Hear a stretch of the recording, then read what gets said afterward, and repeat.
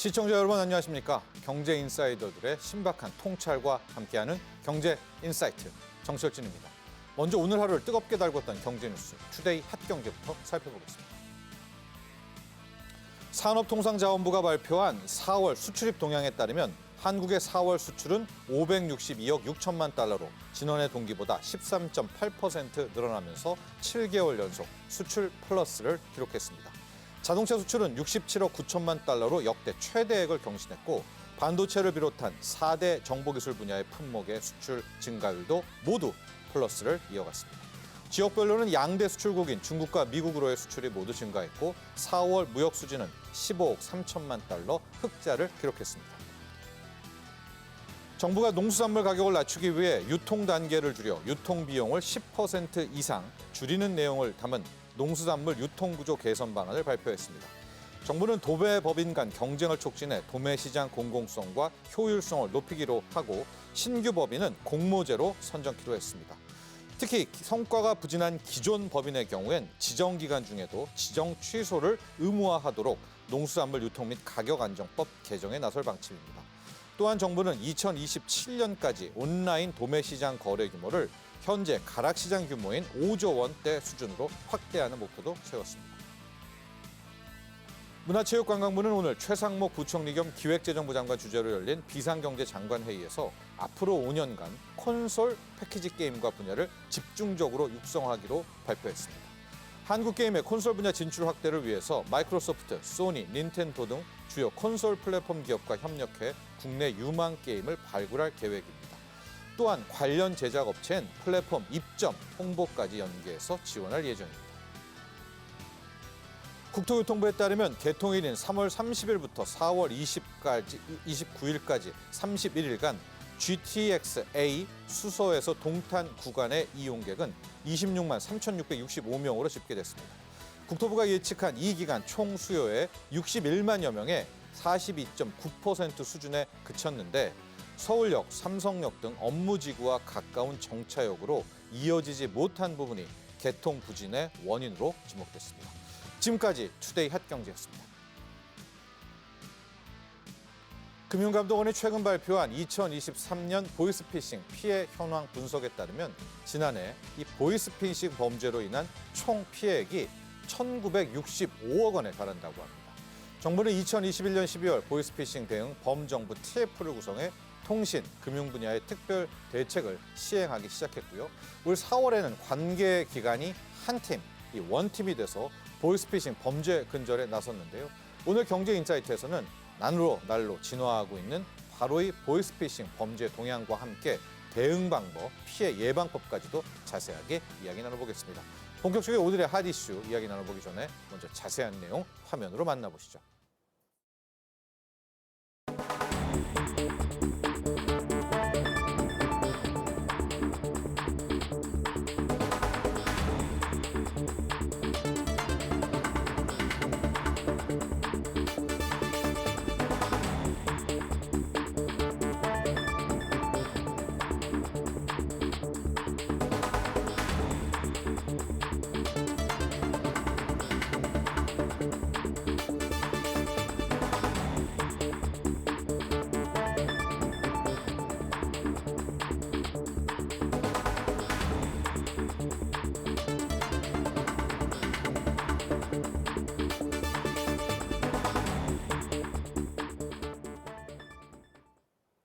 오늘의 경제 인사이트 두 분의 전문가와 함께합니다. 김봉수 전남대 법학전문대학원 교수, 김수호 금융위원회 금융안전과장 모셨습니다. 안녕하십니까?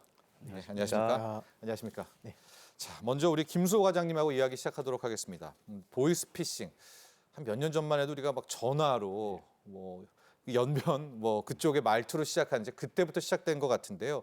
참 이게 뿌리가 안 뽑히고 있습니다. 또 나날이 아주 진화되면서 우리 전 국민의 피해는 더욱 커지고 있는데요. 자, 보이스피싱이 이제는 해킹, 스미싱까지 악성 앱까지도 가고 있으면서 자, 우리가 여기에서는 더 이상은 가만두면 안 되겠다. 정부도 원팀을 구성해서 대응하고 있는데 자, 최근에 보이스피싱의 동향이라고 할까요? 피해액이라고 할까요? 큰 틀에 있어서의 현황 한번 분석해 주시죠. 예, 먼저 소개해 주신 대로 사실 정부가 이제 원팀이 돼서 이제 국무조정실 중심으로 해서 피싱 이제 합동 이제 대응 태스크포스를 만들었습니다. 네. 그렇게 해서 그리고 이제 또 경찰청에 보이스피싱 이제 특별 수사와 관련된 이제 대응 기구도 만들고 네. 이러한 여러 가지 노력으로 해가지고 사실 최근까지는 보이스피싱의 발생 건수라든지 금액 자체가 많이 줄어드는 경향을 보이다가 네. 조금 안타깝게도 작년 한 11월부터 예. 조금 그다음에 금년 한 2월까지 예. 다시 조금 건수나 금액이 조금 증가하는 그런 추세를 좀 보이고 있어서 산불의 불씨 같네요. 예, 그렇습니다. 예. 그래서 다시 또 올라오고 있죠. 네, 그렇습니다. 네. 예, 보이스피싱이라는 게 사실은 계속적으로 진화를 하기 때문에 네. 일단 특정한 유형을 우리가 잘 막았다고 하더라도 그러면 그거 말고 다른 방식으로 예. 이렇게 공격이 들어오는 그런 경향이 좀 있습니다. 예. 그래서 지금 최근의 유형을 좀 보자고 하면은 대표적인 유형은 사실 두 가지가 있습니다. 네. 기관 사칭형이라는 게 일단 있고요. 기관 사칭형이라는 거는 특히 이제 사회 이제 초년생들이 많이 취약한 건데 네. 이제 검찰이라든지 경찰이라든지 예. 이제 금융감독원이라든지 네네네. 이런 좀 권력형 기관에서 이제 사업을 한다든지 아니면 뭐 여러 가지 이제 관련돼 가지고 네. 뭐 수사가 이제 진행 대상이 중이다. 됐다. 예. 근데 나한테 돈을 송금해 주면은 막아주겠다. 이렇게 해가지고 송금을 이제 하게 되면은 그게 이제 그 다음에는 이제 잠적이 돼서 찾을 수가 없는 그런 유형이 되겠고요. 네. 그다음 두 번째 유형은 대출 빙자형이라는 건데 네. 요거는 최근에 특히 이제 고금리가 있다 보니까 네. 기존에 이제 금리를 대출을 받으신 분들이 굉장히 어려운 상황에 있습니다. 네네. 이런 분들한테 내가 좀 더 싼 금리의 대출을 좀 알선해 주겠다라든지 네네. 그다음에 또 경제 상황이 어려우니까 이제 자금이 필요하신 분들이 많은데 뭐 여러 가지 이 신용도라든지 이런 것 때문에 좀 어렵다. 일반 금융기관에서는 대출이 거절이 되시는 어려운 분들 이런 분들한테 내가 잘 좀 알선을 해주겠다. 요게 이제 대출 빙자형이 되겠습니다. 예. 대출 빙자형은 아무래도 조금 현업에서 열심히 생업에 종사하고 계시는 그렇죠. 예. 뭐 40대, 50대 이런 장년층이 많고요. 네. 기관 사칭형은 아무래도 이제 조금 젊은 분들이 어린 친구들. 사회적인 경험이 없고 예. 조금 이렇게 위협을 하게 되면은 어쩔 줄을 모르게 되는 네. 그래서 그런 분들이 좀 많고요. 예. 그다음에 금액과 관련해서는 저희 정부의 노력으로 해가지고 네. 사실 금액을 좀 1,000만 원 미만 거는 좀 있고 1,000만 원 이상의 좀 고액 사기는 조금 줄어드는 경향이 있었는데 네네. 최근에 들어서는 아까 말씀드린 대로 보이스피싱 건수도 하고 이게 늘어나면서 네. 1,000만 원 이상의 피해들도 조금 증가하고 있고 예. 그다음에 또 악성 앱을 URL 같은 거를 잘못 맞아요. 클릭하면은 악성 앱이 설치가 돼서 이 경우에는 핸드폰이 좀비화 돼 버립니다. 장악해버리는 거죠. 장악해버리는 겁니다. 나의 스마트폰을요. 그렇습니다. 그렇게 되면은 그거를 이제 본인은 전혀 모르는 상황에서 이제 본인인 척해서 금융기관에 이렇게 대출을 받는다든지 아니면은 뭐 크레딧 카드를 발급해가지고 그거를 사용을 했는데 이제 자기가 사용한 건 아니지만은 아니고. 피해가 발생한다든지 이런 게 있어서 금액이 뭐 1억 원을 초월하는 그런 아주 심각한 피해들도 있는 그런 상황이 되겠습니다. 네. 예. 최근 3년간 뭐 길게 보면 5년간 분명히 우리 과장님도 얘기하시지만 이게 잡혀오는 줄 알았는데 한 6개월에서 8개월간 다시 이게 또 피해 건수도 늘어나고 이 개인당의 피해 액수도 좀 늘어나고 있고요. 뭐 우리가 하나씩 이따가 진화 수법도 살펴보도록 하겠습니다. 요즘에 가장 크게 나오는 것은 악성 앱을 통해 가지고 완전히 스마트폰을 자각하는 이제 그런 문제까지도 보게 될 텐데요. 자, 김봉수 교수님, 이제 문제가 이제 기관사칭형 앞서도 이야기했었고요. 대출 빙자형도 봤었는데 지금 이게 모든 연령대가 다 피해자입니다. 그러니까 무슨 얘기냐면 어르신들만이 당하는 게 아니라 맞습니다. 네. 젊은 친구들 뭐 나는 똑똑해, 나는 그런 거에 안 당해 예외가 없단 말이죠. 이런 상황들을 어떻게 봐야 되나? 그만큼 이런 사기꾼들이 악랄해졌다, 뭐 교묘해졌다 이렇게 봐야 되나요? 예, 그렇게 볼 수 있을 것 같습니다. 예. 일단 보이스 피싱 범죄 같은 경우는 네. 사회 현실을 가장 빨리 반영하면서 진화해가는 범죄라고 볼 수 있고요. 예. 그렇다 보니까 아까 먼저 말씀해 주신 것처럼 이 범죄 영역은 약간 창과 방패 싸움 영역이라고 보셔도 될 것 같습니다. 예. 그러니까 어떤 예방 방지책이 나오면 그것을 또 회피하는 여러 가지 네. 또 이 기술들을 활용한 범죄 수법들이 개발되고 있어서 일단은 그런 범죄 영역인 것이라고 보시면 될 것 같고 네.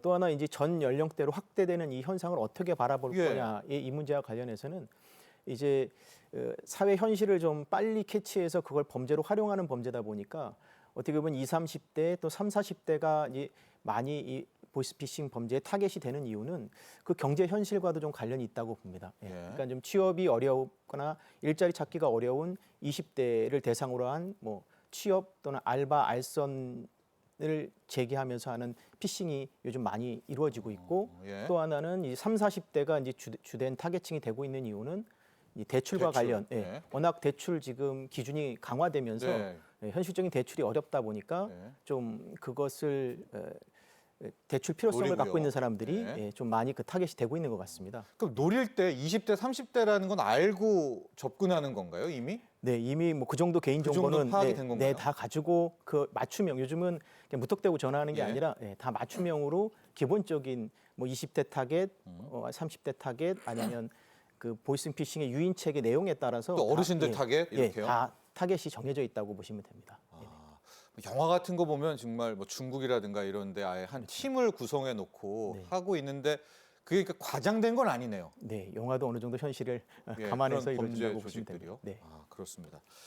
과장님 이제 앞서 잠깐 언급을 해주셨는데 지금 더 큰 문제는 이렇게 전화로 기관 사칭, 대출 빙자를 넘어서서 그 앱 URL 앱해서 완전 악성 앱을 심는 이제 그런 것까지도 나왔는데 그런 부분 설명해 주시고 또 하나 많이 걱정되는 게 난 거기까지도 괜찮아 해서 우리가 안심할 수 없는 게요. 우리가 요즘에 AI가 나오면서 얼굴도 딥페이크라는 게 되잖아요. 예, 예. 목소리도 딥보이스로 해야 되나요? 예, 그렇습니다. 그 목소리로 완전히 바꿔서 들어가면 이건 정말 속수무책 아닙니까? 여기까지 지금 와 있다라는 거 아니에요, 보이스피싱이요? 그렇습니다. 사실 지금 교수님께서도 좀 설명을 해주셨지만은 네. 요걸 이제 사회공학이라고 합니다. 소셜 엔지니어링이라고 하는데요. 예. 그러니까 지금 우리나라의 이제 개인 정보들 예. 연령이라든지 주소라든지 성별이라든지 예. 이런 이제 정보들이 안타깝게도 예. 이제 다크웹이라는 데에 많이 이제 노출이 되고 거래도 되고 있기 때문에 네네. 이 보이스피싱 범죄자들은 이 내가 지금 상대하는 사람에 대해서 이미 상당한 정보를 갖고 있고 예. 그러한 사회적인 맥락에서 이제 사기 방법을 이제 딱 거는 겁니다. 요걸 네. 이제 사회공학, 소셜 엔지니어링이라고 하는데요. 예. 그렇다 보니까는 뭐 그 속아 넘어가기가 굉장히 쉬운 거죠. 예. 그러니까는 뭐 마치 이제 저기 그 딸이 있는 사람한테 아빠 이제 나 그렇죠. 지금 친구랑 예. 있는데 뭐 저 돈이 필요해. 예. 아니면은 뭐 저기 그 친구가 네. 이제 좀 연로하신 부모님이 있는 친구의 네. 이제 부고 아니면은 결혼. 예. 그다음에 최근에는 5월 달 같은 경우에는 또 여러 가지 가족 행사가 있으니까 네. 어버이날이라든지 어린이날이라든지 네. 이런 시점까지 이용을 해가지고 그거 관련된 무슨 선물 택배 예. 이런 거를 가장 해가지고 이제 접근을 하기 때문에 네. 굉장히 이 속아 넘어가기가 굉장히 쉬운 그런 상황이 됐습니다. 이게 뜬금없지가 않네요. 그렇습니다. 굉장히 맥락적이네요. 아주 맥락이 예, 있습니다. 맥락이 있네요. 예. 예. 그리고 저희 앵커님께서 네. 말씀해주신 대로 AI가 또 굉장히 또 문제가 됩니다. 예. 이 기술이 워낙 발전을 하다 보니까 예. 이제 예전에는 사실은 그놈 목소리라고 해가지고 네. 어떤 특정한 범죄인의 목소리를 공유를 한다든지 네. 이러면은 사기에 좀 경각심을 갖고 방어가 가능했는데 네네네. 지금은 그 아는 사람의 목소리까지 이제 그러니까요. 아는 사람의 신분증, 예. 아는 사람의 이제 형상까지도 비디오까지도 다 조작을 네네, 해가지고 하니까. 이게 굉장히 조금 그 방어하기가 예. 어려운. 예. 그래서 항상 조금 그 의심을 하고 예. 그 경각심을 스스로 좀 가져야 되는 예. 그런 상황까지 좀 온 것 같습니다. 그러니까 딥보이스 지금 나오고 있는데요. 제가 많이 걱정이 됐던 게 딥페이크를 봐도 지금 거의 똑같잖아요. 그렇습니다. 근데 목소리 같은 경우에 아들이라든가 딸의 목소리를 일단 하나를 저 범죄 조직이 캐치를 해요. 그런 다음에 그걸 딥보이스로 심어가지고 딸이나 아들의 목소리로 부모님에게 전화가 온다면 그거는 속수무책 아니에요? 목소리 똑같은데? 그냥 당해버리잖아요. 예, 그래서 굉장히 이런 패턴이나 예. 경각심이 없이는 이 범죄자가 예. 원하는 대로 예. 이렇게 이용당할 가능성이 굉장히 이제 높고요. 그래서 이제 예. 좀 여러 가지 좀 그런 최근에 그런 동향이라든지 예. 그런 거에 대해서 조금 귀를 기울이면서 네네. 항상 조금 저희가 의심하고 예. 그리고 이제 조금 뭐 전화 같은 게 와서 조금 좀 믿업지 않으면은 좀 끊은 다음에 예. 시간을 두고 다시 재확인을 하는 그런 하여튼 좀 신중함에 신중함을 더하는 예. 그런 접근이 조금 필요할 것 같습니다. 저 가장 최첨단이라고 할 수 있는 저 AI를 활용한 보이스피싱, 그러니까 딥보이스. 실제 좀 피해 사례가 한두 건이라도 나오고 있나요? 아니면 의심 사례라든가 이런 것들이 실제? 예, 우리나라는 뭐 아직은, 아직까지는 예, 예, 없는데 예. 언론에서 이제 나왔습니다만은 외국에서는 네. 그 딥보이스로 해서 예. 좀 이제 본인의 이제 친인척 그렇죠. 이렇게 해서 예. 사기에 연루된 예. 사례들이 나오고 있습니다. 그렇습니다. 아, 저게 정말 심각하다 이런 생각이 들어요. 왜냐면 목소리가 일단은 뭐 SNS 보시면은 자기가 원하는 사람 가수 목소리로 막 다른 노래도 막 듣는 이 정도까지가 됐지 않습니까? 근데 부인이라든가 아이들의 목소리만 한번 캐치해내면 그걸로 보이스피싱을 한다? 참 정말 아찔해지고 무섭다 이런 생각도 들어서 앞으로 더 여기에 경각심을 우리가 키워야 된다라고 볼 수가 있을 텐데요.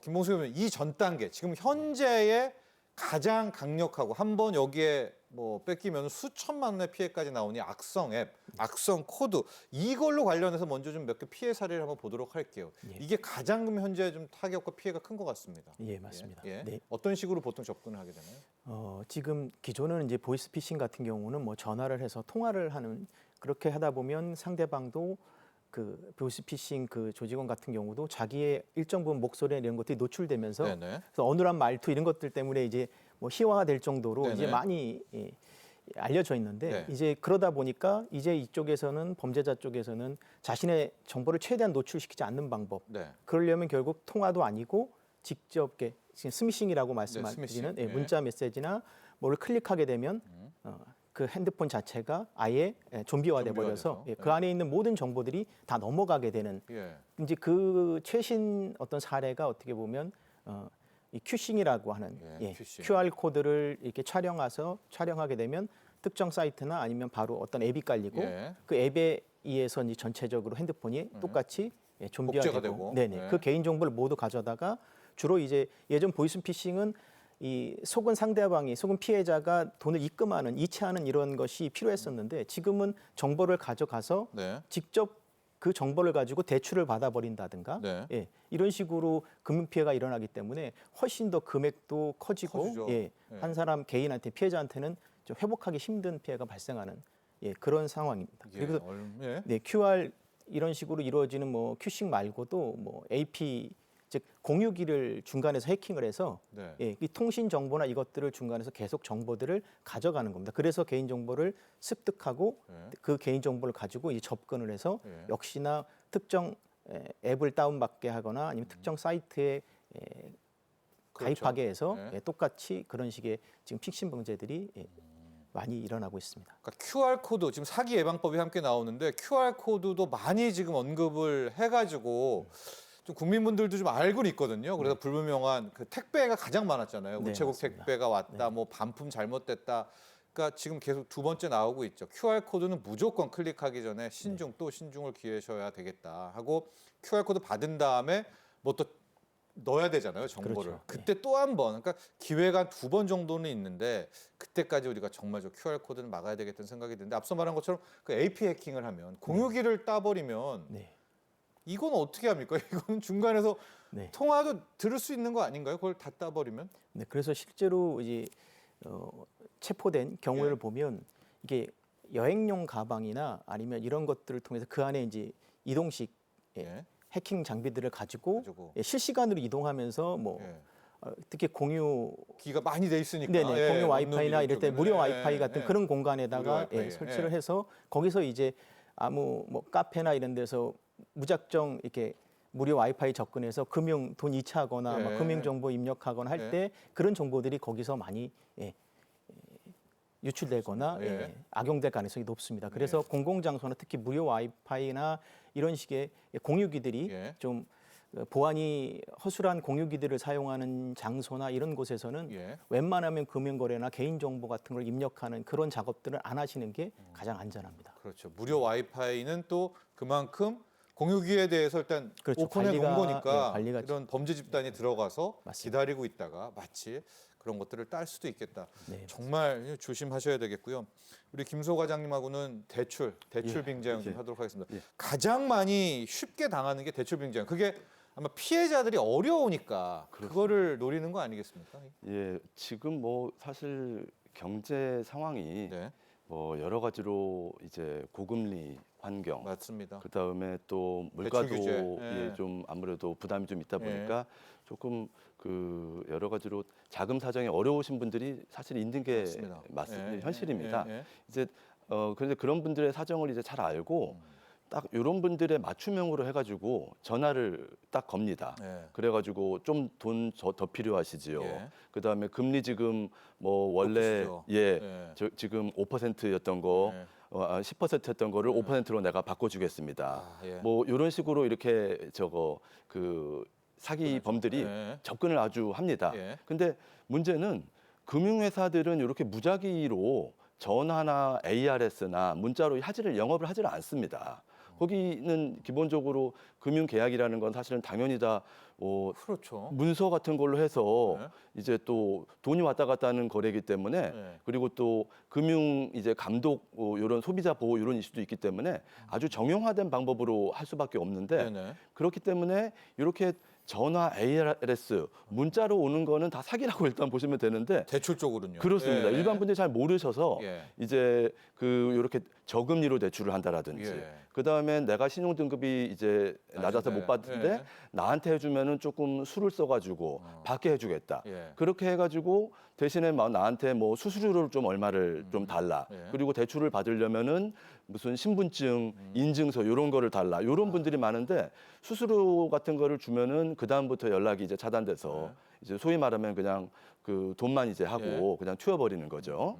그 다음에 두 번째는 그 여러 가지 신분증이나 인증서 같은 거를 주면은 그걸 갖고 또 그 피해인 명의로 또 이제 그때부터는 완전히 끝이죠. 그때부터는 뭐 카드 예, 받죠. 그렇습니다. 예, 대출 받죠. 그렇습니다. 예. 그런 어떻게 보면 막을 수 있는 그런 게 2중, 3중으로 또 저 연쇄적인 피해가 이제 발생을 합니다. 그래서 저희가 꼭 좀 그 저희 국민 여러분들께 좀 말씀드리고 싶은 게 금융회사는 이렇게 전화, 핸드폰, 문자 이런 걸 영업을 하지 않는다. 카톡 이런 걸로 영업을 하지 않는다. 그래서 그런 쪽으로 이렇게 권유가 들어오면은 100% 사기다. 그리고 그런 쪽으로 해서 신분증, 무슨 주민증, 운전면허증, 예. 뭐 계좌번호, 인증서 예. 이런 거를 요구하는 것들도 100% 사기다. 예. 그래서 그런 점들을 이제 반드시 인지를 하시고 마지막으로 이제 또 기존에 대출을 이미 받고 계신 분들이 있을 수 있습니다. 네네. 그분들이 이제 대출을 상환을 해야 되는데 그 경우에는 기존에 거래하던 은행의 계좌로 상환을 하시면 되는 겁니다. 네. 근데 그게 아니고 뭐 나한테 중간 다른 계좌를. 예, 네. 별도로 이렇게 좀 송금을 해달라 이런 예. 것들도 역시 100% 사기이기 사기다. 때문에 네. 금융회사들의 영업 방식은 매우 정형화된 방식으로 그렇게 한다. 예. 그리고 기록이 남게 문서로 한다. 예. 이런 점들을 좀 유념해 주셨으면 좋겠습니다. 그렇습니다. 보이스피싱 아마 일반적인 수법은 피해 이것도 안타깝지만 300만 원, 500만 원, 1,000만 원 안짝인 것 같은데 이 대출 빙자형 같은 경우에는 정보를 제공하고 또 공인인증서까지 줘버리니까 여기서 뭐 거의 몇 천만 원짜리가 나오게 되는 거죠. 1,000만 원, 그렇습니다. 5천만 원. 기하급수적으로 급수적으로, 피해가 예. 좀 커질 수가 있습니다. 예, 그렇습니다. 꼭 기억하시고요. 구인 광고 이게 뉴스에 최근에 참 많이 나왔습니다. 아마 이게 취업 사기인 것 같은데 취업 사기는 뭐 피해 액수도 액수지만 여기에 원치 않은 우리의 청년들이 연루가 되면 범죄자, 전과자로 낙인도 될 수 있는 뭐 그런 대목입니다. 이 유형도 한번 보도록 할까요? 이 취업 사기, 취업 미끼로 하는 보이스피싱들. 예, 예전 같은 경우는 이제 보이스피싱 조직들이 뭐 총책뿐만 아니라 중간책, 뭐 수거책 이렇게 다단계 형식으로 이루어져도 그 밑에까지 한 조직원으로 이루어졌었는데 그러다 보니까 규모가 커지고 관리가 힘들고 뭐 꼬리 자르기라고 하는 나오고, 것들이 예, 힘드니까 예. 요즘은 아주 컴팩트하게 보이스피싱 조직을 운영하면서 나머지 그 중간책이나 수거책 이런 사람들을 오히려 피해자인 동시에 이제 거기에 가담자로 만들거나 지금처럼 아예 평범한 일반 시민들을 이런 식으로 속여서 뭐 취업이나 알바, 알선 등의 목목으로 속여서 그 이제 수거책이나 전달책으로 시키는 거죠. 예. 전달책으로 예. 사용하는 겁니다. 예. 이제 그러다 보니 근데 실제로 거기서 이제 문제됐던 수거책으로 이용당하고 지금 범죄에 연루됐던 사람들을 인터뷰해 보거나 수사 네. 내용을 보면 그들 자신이 내가 지금 보이스피싱에 이용당하고 있다는 걸 모를 정도로 아주 교묘합니다. 그러니까 단순한 뭐 이제 되게 간단한 배달 업무나 운송 업무를 시키면서 굉장히 고액의 예. 알바비를 알바비를 예. 주겠다고 광고를 하고 그런 광고에 이제 연락을 해보면 인터뷰도 없이 바로 채용을 하고 예. 그 다음에 업무 지시는 대부분 뭐 메신저나 이런 것들 아니면 텔레그램 같은 그런 메신저를 통해서 비대면으로 계속 업무 지시를 한다고 하는 게 특징인데 예. 일단 그런 업체라고 한다면 보이스피싱 조직인 걸 의심해 보셔야 될 거고 또 하나는 그렇게 이제 시키는 대부분 업무들이 되게 단순한 업무입니다. 근데 요즘 같은 경우는 더 교묘해진 게 뭐냐면 내용물을 모르게 피해자로부터 피해자한테 무슨 선물 박스처럼 포장해서 몇 월 몇 시에 어디로 나오라 그러고 이 지금 중간에 이 수거책한테는 이거 그냥 단순한 선물 배송이니까 택배처럼 네가 정말 택배처럼 배송이니까 예. 박스가 선물 포장돼 있으니까 예. 이 사람은 그 안에 돈이 있다는 걸 모르는 상태로 예. 단순하게 업무 지시에 따라서 배송을 합니다. 근데 그게 지금 보이스피싱 전달책이 돼버리는 돼버린 거죠. 거고요. 예. 예. 이런 식으로 되기 때문에 나중에 형사 책임을 물으려고 조사를 해봤을 때 이 중간에서 이용당한 이런 사람들은 고의 자체가 없는 경우가 되게 많습니다. 예, 옛날에는 어느 정도 뭐 내가 대포 통장이나 뭘 주는 사람들은 대부분 이게 범죄에 악용될 것을 알고 있기 때문에 네. 요즘은 미필적 고의 같은 걸 인정해서 그 정도 가입된 정도면 가담한 정도면 형사처벌을 받거든요. 네. 근데 최근에 이런 식의 본인도 모르는. 예, 본인도 모르고 알지 못하기 때문에 이런 식의 정도의 가입은 처벌하기가 좀 힘듭니다. 실제로 대법원도 네. 최근에 이런 단순 전달체로 이용한 이런 경우들 같은 경우는 범죄 성립을 인정 안 하고 있거든요. 되게 소극적 태도를 취하고 있는데 이제는 조금 이런 보이싱, 피싱 방법들이나 수법들이 많이 알려지고 예방책이나 또 이게 교육이 된 이후에는 그렇죠. 이제는 대법원도 이제는 이런 정도의 수상한 수상한 업무 지시나 이런 과정에 눈치를 챘다면 예. 그 즉시 중단하고 또 신고라든가 아니면 그것을 경찰에 신고하거나 제보하는 정도의 적극적인 재수처를 취하지 않으면 이제는 형사 책임을 받게 될 겁니다. 예. 네. 꼭 기억해야 될 것 같고요. 그래서 우리 이제 시도경찰청 형사기동대 내에 그러니까 이게 현실과 영화 뭐 드라마 같이 움직입니다. 실제로 보이스피싱 전담 수사팀이 신설이 됐고요. 3월 말부터 7월 말까지 아주 정말 열심히 뛰고 있는데 많은 지금 성과들을 거두고 있다고요? 네, 네. 이 지금 보이스피싱 범죄 같은 경우는 지능화가 네. 돼가고 있고 또 해킹 및 AI 기술 같은 것을 사용해서 아주 첨단화되고 있기 때문에 네. 그런 추세를 고려했을 때 이제 경찰이나 검찰 같이 수사기관도 어떤 전문화가 이루어져야 되고 또 전담화가 이루어져야지만 대응이 가능하다는 측면에서 봤을 때 지금처럼 지금 전담 팀을 만든다는 네네. 건 원팀을 만든다는 건 굉장히 그렇습니다. 좀 고무적이고 좋은 방향이라고 생각이 듭니다. 예. 그리고 최근에 이런 식의 이제 전담팀을 운영하면서 예. 2월 달 같은 경우는 경기 남부지청 같은 데서 이제 저금리 대출 피싱 조직을 총책 5명을 모두 검거하는 대출 빙자형을 잡았네요. 네네. 예. 그걸 다 총책 수준을 다 예. 모두 검거하는 뭐 그런 성과도 냈고 또 뭐 3월 달 같은 경우는 검찰 합수 팀 같은 데서 이루어져서 이제 그 휴대폰 같은 거를 대량 문자 발송할 때 그 문자 발송 번호들을 조작하는 변작하는 그런 중간에서 또 그런 업을 하는 친구들이 그런 조직들이 있는데 발신번호 바꾸는 그거죠. 그렇죠. 네네네. 예. 그래서 그 조직들을 또 일망타진하는 예. 성과도 있어서 이런 식으로 좀 아까도 말씀드렸듯이 이 범죄가 조직화되고 첨단화되는 만큼 수사 기관들도 좀 전담화와 전문화가 이루어지는 것이 바람직하다고 생각이 듭니다. 자, 알겠습니다. 자, 이렇게 고전적 사기 방법인 기관 사칭형 이런 보이스 피싱부터 앞서도 잠깐 얘기했죠. AI를 활용한 수법까지요.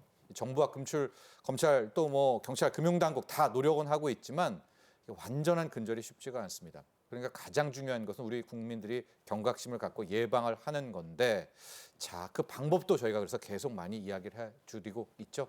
자, 이제부터는요 보이스피싱 대응법, 예방법에 대해서 준비된 영상 보고 난 뒤에 집중적으로 이야기 나눠보도록 하겠습니다.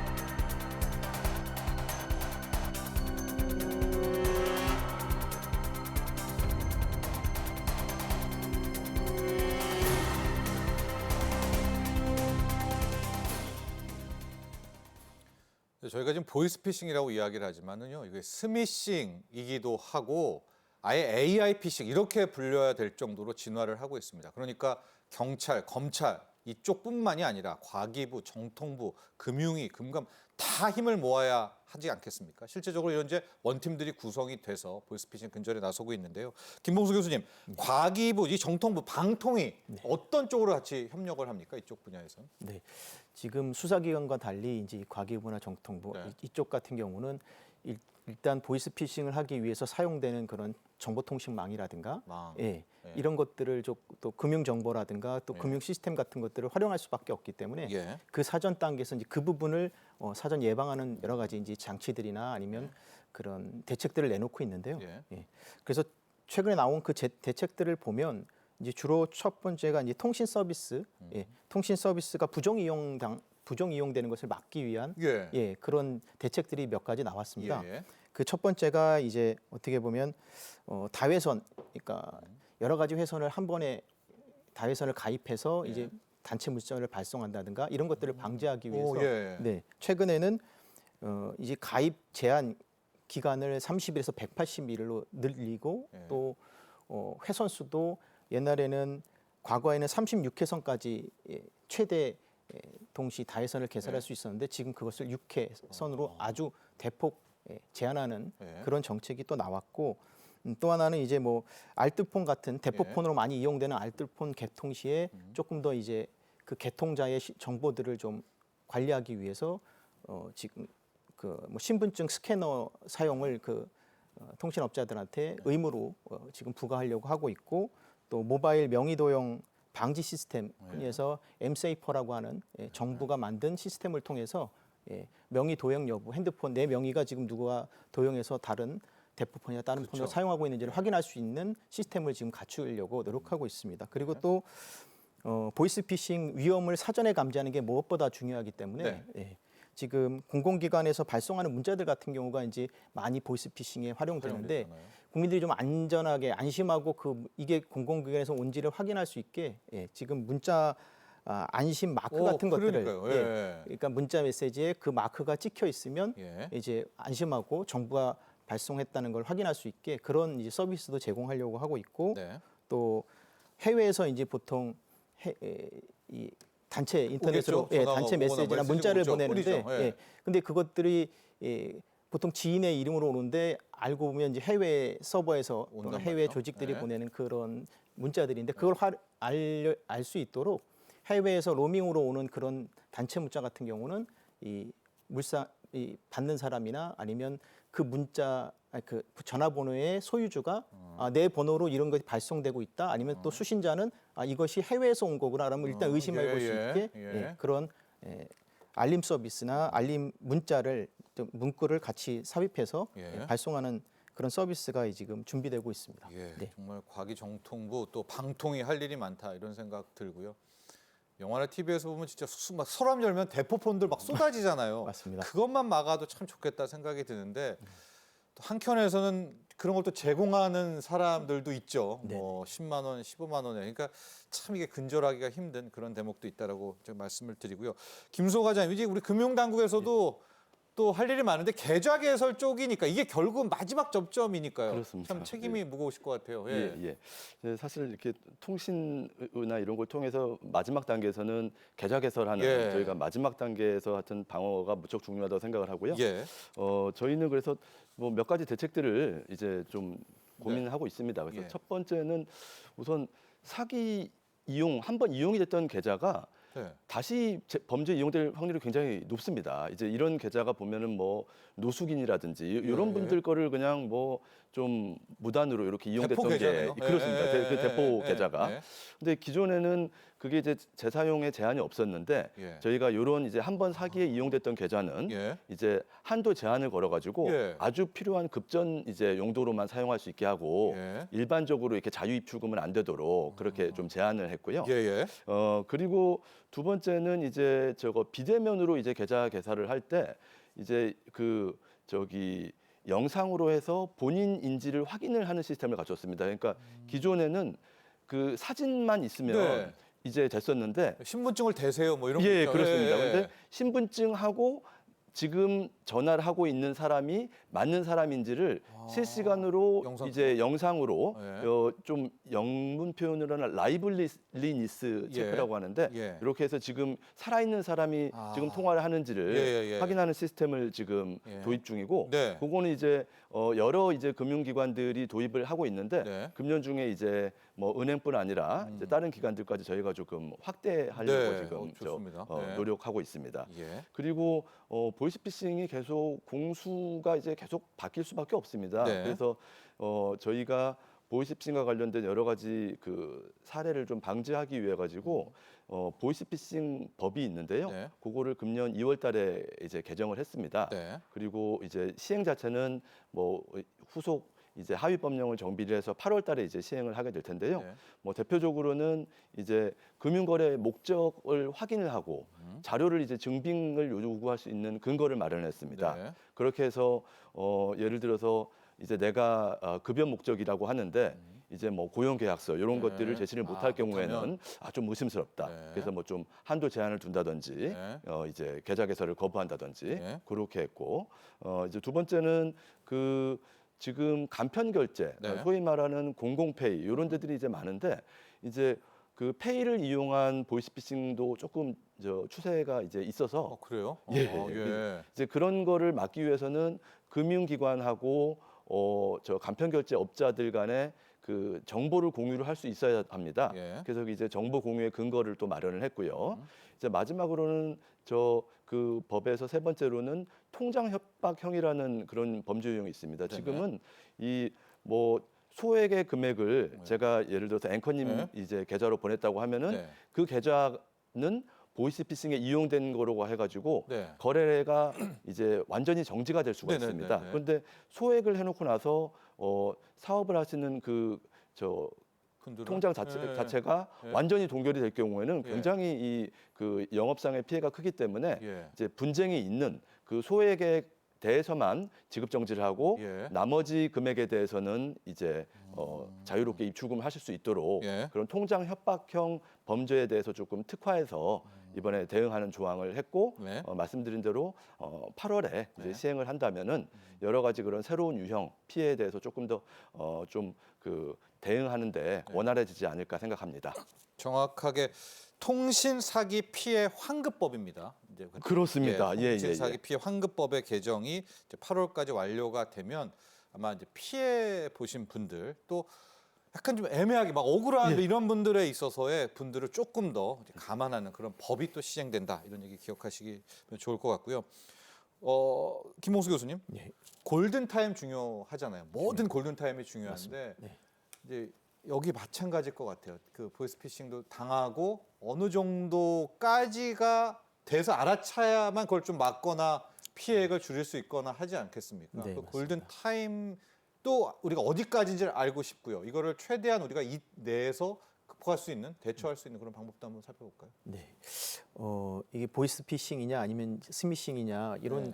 그 피싱 수법에 따라서 네. 조금 그 골든 타임도 달라지고 달라요. 예. 근데 보이스피싱 같은 경우는 가장 좋은 예방 방법은 네. 일단은 모르는 번호나 이런 것들은 받지 않는 게 대화를 시작하는 순간 그들이 갖고 있는 정보량이 더 많기 때문에 아까도 얘기했지만 깜빡 속아가 넘어가기 딱 네, 좋기 네, 때문에 네. 아예 그런 것들 차단하는 끌지 게 말라. 좋은데 네. 예.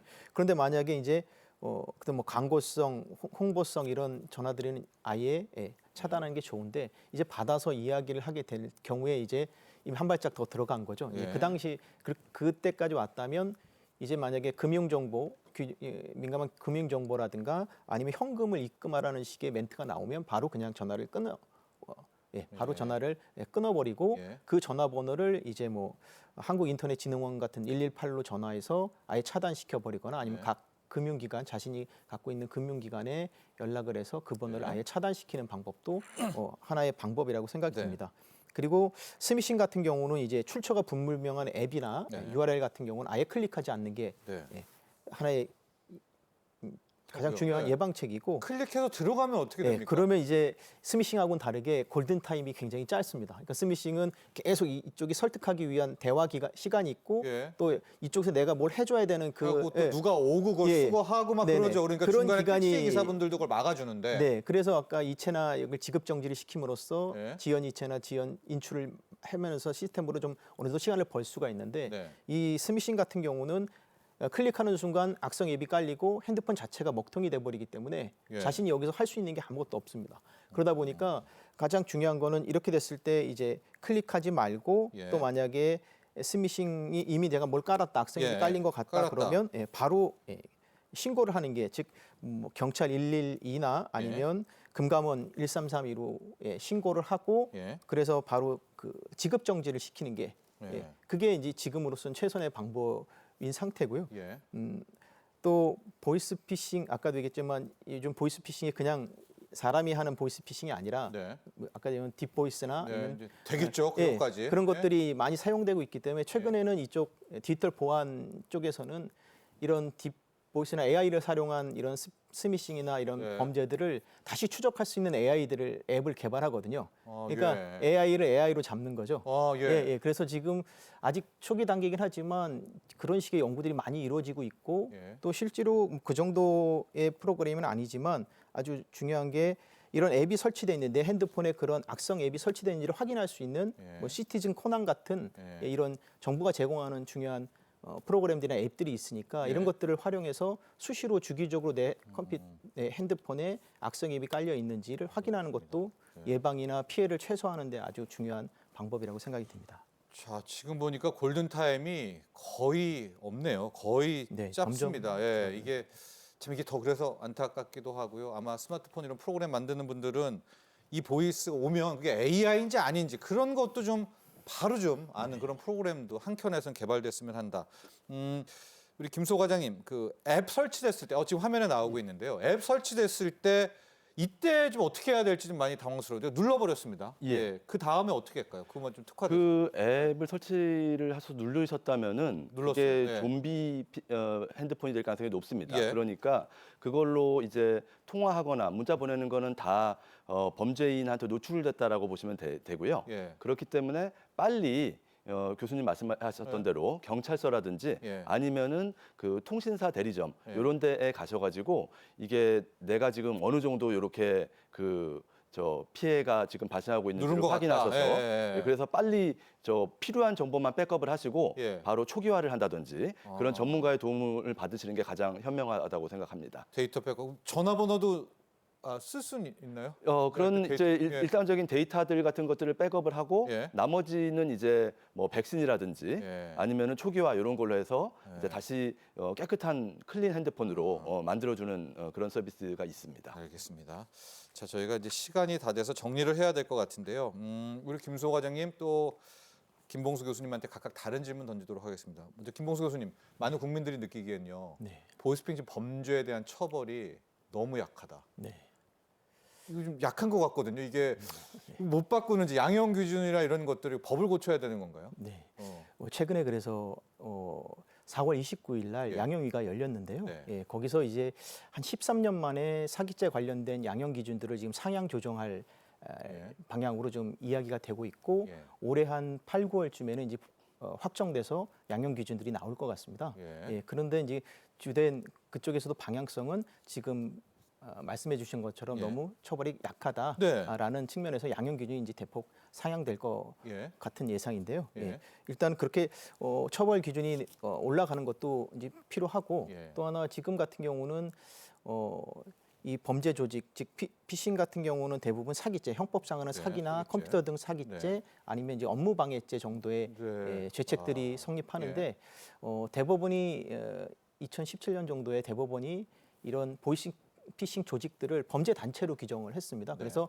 범죄 단체로 보고 그와 관련된 이 특별법 아주 형이 높은 특별법을 적용해 오고 있고 네. 또 그로부터 얻은 수익들이 다 범죄 수익이 되기 때문에 네. 예, 또 몰수 추징이 가능해지고 네. 다만 이제 그 여러 가지 이제 법 이론적이나 아니면 법 규정 해석과 관련해서 몇 가지 지금 논란이 되는 부분은 있습니다. 네. 사기죄로 처벌하려면 스스로 이 피해자가 처분하는 처분성의 직접성이 요구되는데 이제 그런 것들이 충족이 안 되는 아주 지금 최신의 이런 네. 사기수법 같은 경우는 그렇죠. 적용의 한계가 있고 예. 또 이제 몰수 추징과 관련돼서도 지금 이 예.